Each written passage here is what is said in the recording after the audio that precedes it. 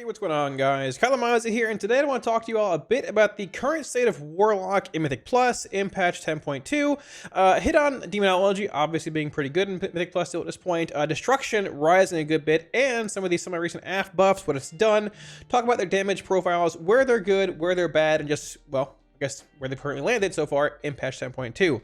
Like always, week rewards, add-ons down below. Links to Twitch and Discord if you want them, all for free for you guys. And yeah, let's get into it, starting off with, I guess, breaking down each spec sort of quickly, talking about their strengths, weaknesses, what makes them, you know, where they are in Mythic Plus. Then we'll get into a bit more of what Destro is and why it's rising so much recently in Mythic Plus. I want to do like a quick, I guess, spec discussion summary thing for each Warlock spec in Mythic Plus, because honestly, I've been getting a lot of questions over the past few weeks about it, talking about how good is AF post buffs, how is Destro looking, why are you still playing Demonology? So I think the Demonology, I could be wrong here, but I think the Demonology is still the best spec in Mythic Plus for Warlocks. Now, this here is the build I play in most keys. I play, honestly, Hatred over Guillotine in most keys. I think Guillotine's a little redundant with how Demo's damage profile works. But either way, whether you're playing Guillotine or Hatred, it has a really strong just stat cleave profile, AoE profile, and pretty solid sustainable single target. You have elements, or you have damage just through Demonic Strength, Soul Strike, Implosion, Spiteful Recon being good in a single target, as well as AoE. You're playing a point in-game boss for some cleave, or whatever. I've seen some builds actually playing this point over here in Shadow Invocation, but it's pretty close either way. Grimoire, just cooldowns, RNG, Impact the Mother, and you have like just more pet cleave here. But Demo's damage profile with like basically baseline Implosion, your Felguard, your Grimoire, Demonic Strength, Fellstorm, Dog Cleave, Handy Gul'dan splash damage, everything that it brings with its pretty much baseline profile is strong and plus. It's stacked cleave, big burst AoE, bringing imps from one pack to the next, solid single target, solid CDs being a 2-minute class, even though we should be a 1-minute class. Just, you know, our timer's not very good. Demonology still brings that really strong damage profile. And the changes they made from the last patch heading into this one, giving it more of a streamlined, like flatter damage profile, not being just huge peaks and valleys of Portal and things, albeit you really didn't play Portal and Plus, but still makes it a pretty strong spec for a plethora of reasons, right? So I do think Demonology is still the best spec in Mythic Plus. When it comes to Affliction, so the buffs that came into Affliction, I guess 2 or 3 weeks ago at this point, so they buffed Seed of Corruption by 10%, Soul Rot hits 4 targets up from 3, and Dark Harvest now does 4% haste and crit up from 2.5. So Soul Rot cleaving more targets also means Dark Harvest can hit more targets, more of a haste crit amp on top of the buff that it got. So the buffs they gave to AF were basically just AoE buffs. Now, for those that didn't know, AF's already very good at AoE through Seed, so, and honestly, Doom Blossom being, you know, essentially just more Seed damage. Soul Flame being a bit too, just very strong AoE in general, and that's made even more crazy by our 2-piece, 4-piece, which gives us an increase to our Seed of Corruption cast and things through Soul Rot, which you cast every half a minute, thanks to Soul Rot, Gluttony, and Dark Harvest. Now, Dark Harvest buff also crit and haste. I believe the haste is still multiplicative like it was in Shadowlands, so you have a mini Bloodlust for you, essentially, well, for 8 seconds, basically every half a minute whenever you cast your Soul Rot, amplifying your next 3 Seed of Corruption cast, and there's Doom Blossom damage and all this stuff as well, right? Now, I think Affliction's in an odd spot because the buffs were nice, but I think Affliction, I would have rather had some single target element-esque buffs to Affliction instead of the AoE. I don't think AF needed any AoE buffs. I'll take it. It's free damage, but I think Affliction's in a spot where, realistically, it needs... You're in a spot where you choose Doom Blossom in basically every M+ setting. If you're playing Dread Touch as AF Mythic Plus, just play Demo. It's just better. Just play Destro. It's just better, right?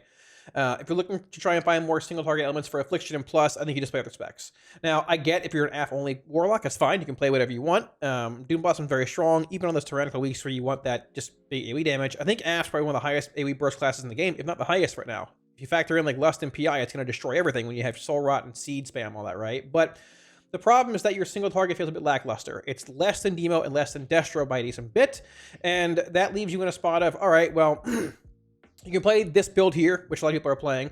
There are some builds playing no Haunt, just full-on feeding into Crescendo here, and honestly just the big AoE profile as well. And some builds are playing no Dark Lair, going into Crescendo and keeping Haunt, right? So it's sort of customizable down here, but you still have the same problem of, hey, I have like insane AoE, but I'm lacking a bit when it comes to the single target department. And I don't have that baseline single target and AoE profile like Demo does, which can bring to every setting. You play the same build with Demo every setting, but it brings good profiles for both, right? Affliction, though, not the best when it comes to single target, playing, I guess, the stereotypical build that you see in Mythic Plus for the most part. So that's the problem. That's I guess Af's thing, right? Is that I think it's more of a they likely to just change how affliction functions, like in like an 11.0 war within thing. I like Doom Blossom, I like all that. I think the problem is solved if you go back to affliction being unstable. If you go back to affliction having unstable affliction as your shard spender, you do that. I think it solves the single target issues. You can just stack multiple UAs on a target instead of having to spam seed, or instead of having one up and spamming seed and vice versa in different settings. All that. We'll see where it goes. I think this version of AF is probably the best version of Malefic Rapture AF I've ever seen, at least in Dragonflight. But still some problems here and there. I think it's just a bit limiting, though, based on what we can do with, Rapture being our spender. But we'll see where it goes. So, getting into Destro here. Now, the Destro buffs that hit a couple weeks ago, they were to, I believe, Rain of Fire. Yeah, Rain of Fire, 12%, Kata, 25%, Immolation Aura, or Immolation damage from your Infernal and Blasphemy by 25%, and Immolate damage increased by 10%. Now, I had played Destruction, the week before the buffs came out, basically playing this build here because people were playing a little more. Kata was seeing some play, and I wanted to play it for, well, I guess to shake things up a little bit because I played Demo for, 5 expansions straight now. And honestly, I was relatively impressed with the damage it did in Plus. It wasn't better than Demo before the buffs. It's probably set up better than Demo even after the buffs, but it was better than I thought. It felt better, and it felt and flowed much better. Having Cataclysm around, unsurprisingly, feels insane. Mythic Plus, being able to apply all those immolates at once, get, just 8 immolates rolling at once. The buffs that came into it as well, also a little impactful there. It also does feed into more Dimensional Rift procs. I have had to, so let's say, for example, you're playing Cataclysm, Mythic Plus, which most builds are at this point, and you end up heading into a pack and putting Cataclysm down, right? Now, I've seen it go back and forth, and I haven't really, been able to find the direct answer on it, so tested it out myself, right? Now, so I'm not going to do an actual opener here, but I was curious if there was some kind of ICD on the number of Dimensional Rifts you can get refunded to you per, basically, immolate tick, right? So what I was doing, I was dumping my Dimensional Rifts, doing whatever, and I was applying immolate to all these mobs with Cataclysm, right? And they're all applied at the same time. They will all tick at the same time. You can see it here and here, well, they all tick at the same time, right? And I sat here and I watched my Dimensional Rifts. I did not reapply with immolate. It would be staggered, tick rates on that. There's one rift from there, there's 2, but the big thing was there are multiple times that I caught 2 rifts being refunded simultaneously. Not like, 1 refund, then 2. It was literally 0-2. It was like 0-1-2.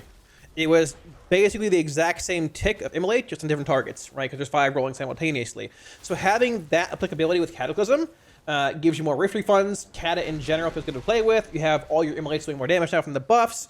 It just feels good. It feels like what Destro should be in Mythic Plus, having Kata to apply your dots. It feels like what, Bioplane should be for AF, basically M+, too. And Rifts honestly end up being a decent bit of your damage, too, when it comes to M+ in most AoE settings. I have a log here as well from 2 different Everblooms, right? Chaos ended up playing a build with Cataclysm in it, which I think is both 28s, give or take. This build here, Cataclysm, he's playing Crash and Chaos here actually as well, but Cataclysm, comparatively to a build over here, ended up playing Inferno, but also ended up playing no points in Crash and Chaos, but Inferno.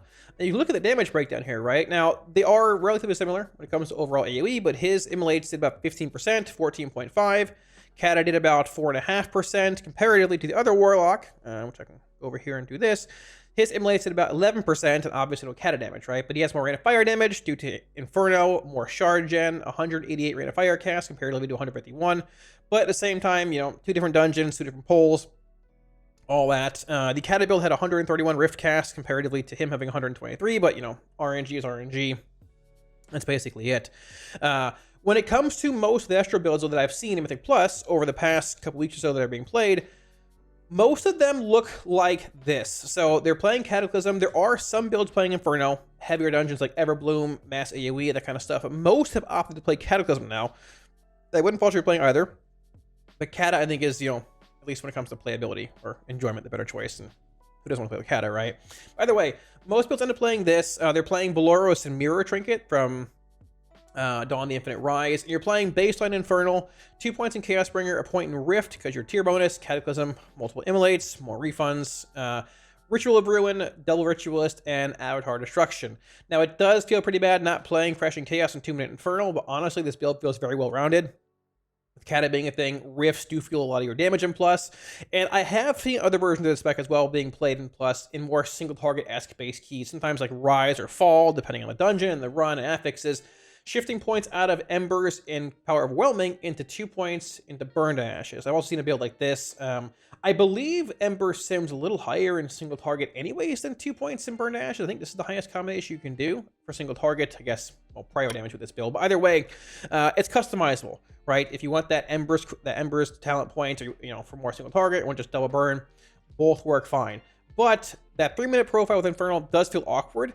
But the Kata buffs, Immolate buffs, and the Rain of Fire buffs sort of hold, I guess, what Destro is together. It feels complete playing Kata again, right? If you look through the overall, like just Warlock parses here, I guess parses logs, when it comes to Warcraft logs and things for M+. They're not always the end-all be-all because not many runs are actually logged here. But either way, Destro has some parses in here. I guess some logs. Jinxie's playing a lot of Destro lately either way. But a couple popping up here on Talazar, some Waycrest stuff, some Throne stuff. Everbloom obviously pretty strong here. Builds playing typically mostly Cataclysm, but there are a couple of Inferno builds. I believe here is one. Yep, there's Inferno there, as well as I believe there is one somewhere else. It might actually be that build. Either way, Everbloom, mass AoE, basically every pull is 20 mobs, and Inferno value, right? Dawn also having some builds here, playing Cataclysm, unsurprisingly. More of a single target based build here, 2 points in burn, just baseline 3-minute Inferno. And both Dawns, I guess, as well, technically having that here. So it's where it depends where you want to go. But after playing Destro for the past, I guess, week or so, give or take, after the buffs, I've been impressed with the damage. Pretty impressed. Is it as good as Demonology? No, I don't think so. Demonology is, I would say, when it comes to Mythic Plus, likely on the outside looking in when it comes to being a meta class, but it is very close. If they do end up nerfing other classes that are performing well in Plus and things, I wouldn't be surprised to see Demonology work its way in. You've got Demo here, I mean, you've got like Havoc, Outlaw, Fire, and Og, but yeah, Demo's like basically on the outside looking in. It's right there. And honestly, like, it's pretty much neck and neck with the other classes here too. When it comes to like comparing a Warlock to a Demon Hunter, or even like a Mage, obviously, or a Rogue, or a Demon Hunter, or obviously an Og Evoker, there's nowhere near the amount of utility, right? You have Hellstones and Gateways and Circles and things, and Soulstones. Realistically, Mage has everything. Og is literally, Og is Og. Rogue is very solid, and Demon Hunter is just, Demon Hunter as well. Damage and utility. So, but Warlock's right there. Demo is solid in Plus, arguably very close to meta, if not meta. Destro's on here, but honestly, it will rise over the next few weeks. If you haven't played Destro over the past few weeks from the buffs, I'd encourage you to give it a shot. It's really fun. It's enjoyable. You've got Cataclysm again. Buffs to Kata, buffs to Immolation, or War Up Your Infernal, buffs to Immolate, and buffs to Rain of Fire. It feels well-rounded. The damage, not as high as Demo if you played at a high level, but it's close. And the right key in the right setting, it's pretty solid. And this profile can bring good single target. You're just not playing Conflagration and Chaos, but you're still playing, Chaos Bringer. Your Rifts are good in single target. You've got elements of ST if you want it as well, versus, a bit more AoE here. It's customizable, it's flexible, and you're playing Kata. It just feels good to play. So thanks for watching, guys. That wraps it up. Hopefully, I guess it'll help clarify, just the current state of Warlock and Mythic Plus, my thoughts on it, and sort of also why Destro has been doing better the past few weeks. Like we talked about, after the buffs, there were buffs to Kata, buffs to Immolate, buffs to your Infernal damage. I believe something else is buffed as well. Oh, Rain of Fire, a little bit. Like I said, after playing Destro, even before the buffs came in a few weeks ago, it didn't feel as bad when I played with Kata. And honestly, having the chance to reset multiple Rifts at once feels good. Affliction, I mean, its AoE is like insane, with the fast Soul Rot windows, the buffs to Dark Harvest and things, but I don't like the fact that you're sort of stuck either choosing mass AoE with Doom Blossom, Seed, and all that, or like Dread Touch. I feel like if you're playing Dread Touch as AF in a Mythic Plus setting, just play Demonology. Feels better. And Demo obviously still good. Stat Cleave profile, single target profile, all that good, but we'll see where it goes. So, all that being said, like always, week awards and add-ons, links them down below in the description if you want them, Twitch and Discord. At the same time, we're in the video, like always, a huge shout out to my patrons. You can follow us on Patreon, guys, a million times. I really appreciate it. If you're looking at supporting on Patreon, should be a link up here, as well as down below in the video description. Now, patch 10.25 is about 10 days away. I mean, no real Warlock changes coming in. Hoping 10.26, maybe, possibly for some, but if not, I would venture to guess within 2.5 months or so, probably an alpha for the War Within, which is pretty crazy. The last few months of December of 2023 flew by. We're in January now, obviously, but before we know it, it's going to be March, and it's getting busy again. So we'll see. I guess Faded as well.